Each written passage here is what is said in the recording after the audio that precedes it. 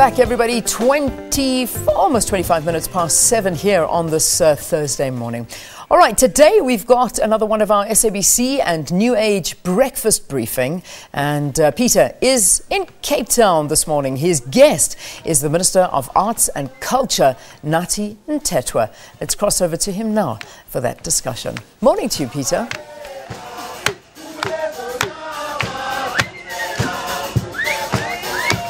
Good morning to everybody across South Africa and the many countries that are watching this program live from Cape Town. And what you can see on your screens right now is a typical representation of some of the cultural activities that are taking place, not just here in South Africa, the gumboot dances, but you can see the marimbas as well, which is an instrument that's very popular in Southern Africa. Zimbabweans are very good at it, as I'm going to punt that quite a bit.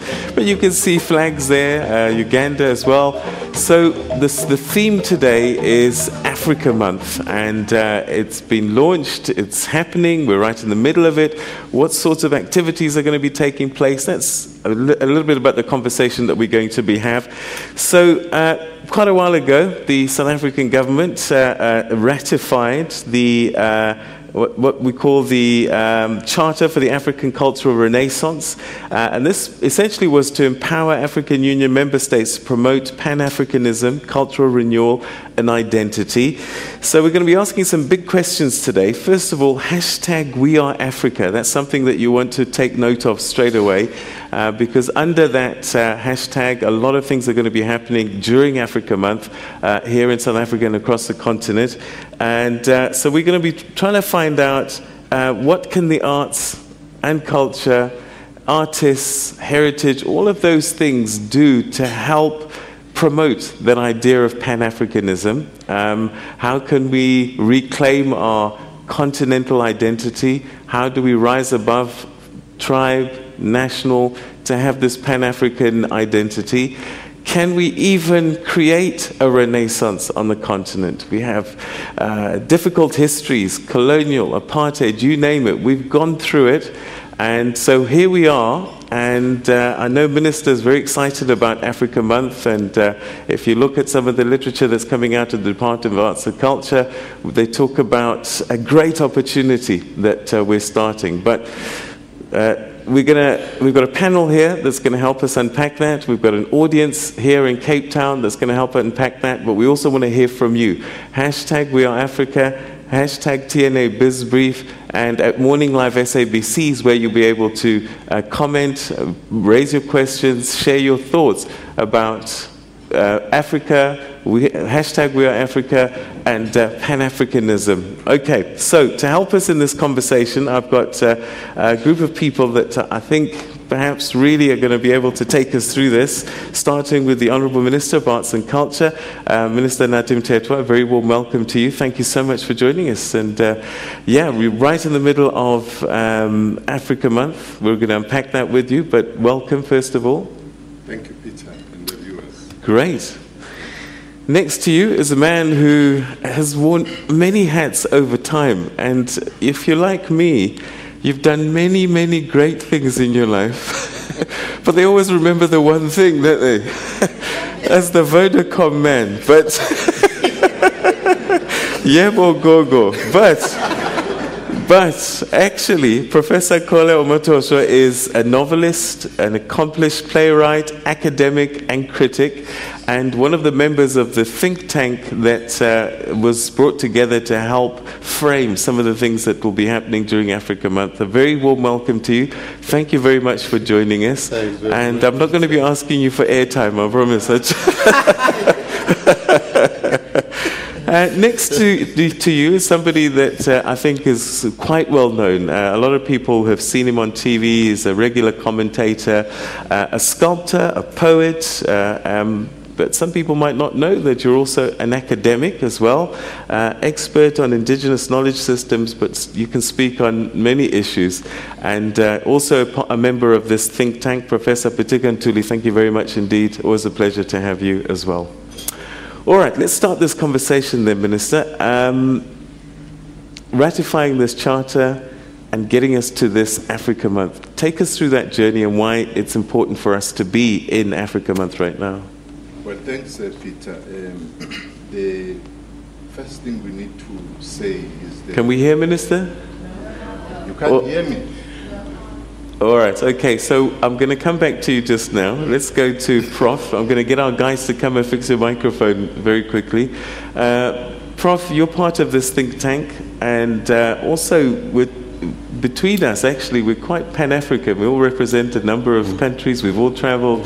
So hopefully this is a conversation that we can all contribute to. But I'm just wondering, as this think tank came together, one of your, I guess, questions, mandates is how do the arts, culture, how can they contribute to this Pan-African identity? Your quick thoughts, just as an opener.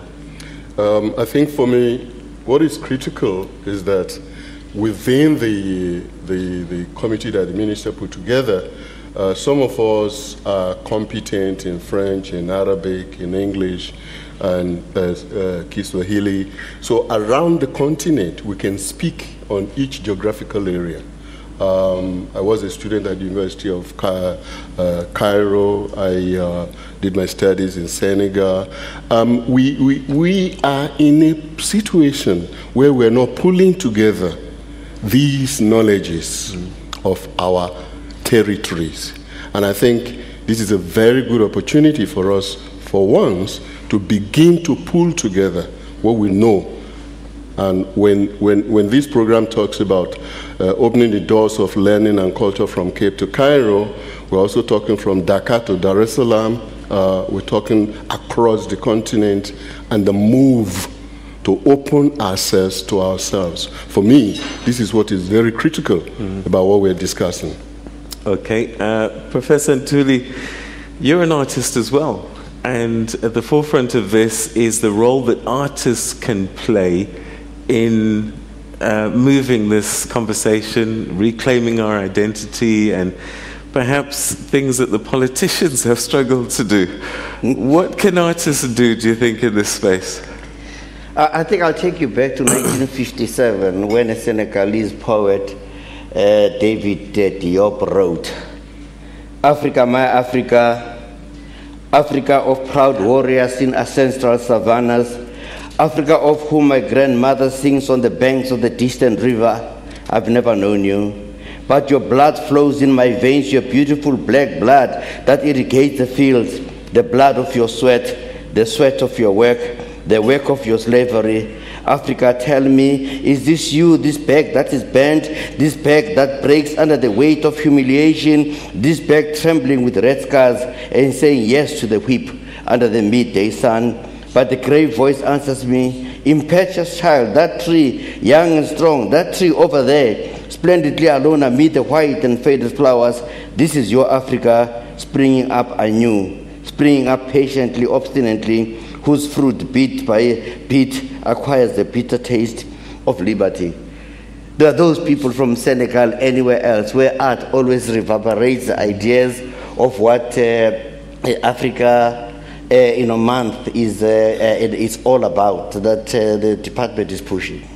Okay, so very eloquently, as artists do, poetry is a vehicle that you've used here, but I guess there are other ways of doing it, through song, through sculptures, paintings, and so on, to express.